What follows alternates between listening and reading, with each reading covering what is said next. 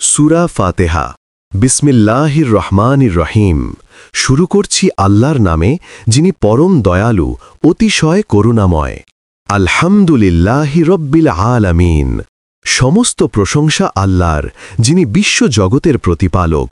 আর রহমানির রহিম, যিনি পরম দয়ালু, অতিশয় করুণাময়। মালিকি ইয়াউমিদ্দিন, বিচার দিনের মালিক। ইয়্যাকা না'বুদু ওয়া ইয়্যাকা নাস্তাঈন। আমরা শুধু তোমারই ইবাদত করি এবং শুধু তোমারই সাহায্য চাই। ইহদিনাস সিরাতাল মুস্তাকিম। আমাদের সঠিক ও সরল পথে পরিচালিত করো। সিরাতাল্লাযীনা আন'আমতা আলাইহিম। সে পথ যাদেরকে তুমি নেয়ামত দান করেছ। গায়রিল মাগদুবি আলাইহিম ওয়ালাদ-দাল্লিন। এটি প্রথম পূর্ণাঙ্গ সূরা হিসাবে নাজিল হয়েছে।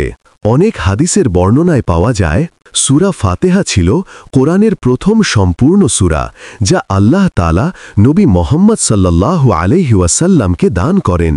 এর আগে ছোট ছোট আয়াত নাজিল হলেও সূরা হিসাবে প্রথম ছিল ফাতিহা। দোয়া ও প্রশংসার শিক্ষা দিতে নাজিল। মক্কার শুরুর সময়ে মুসলমানরা নামাজে তেলাওয়াত করার জন্য সম্পূর্ণ দোয়া ধরনের কোনো সূরা পেতেন না।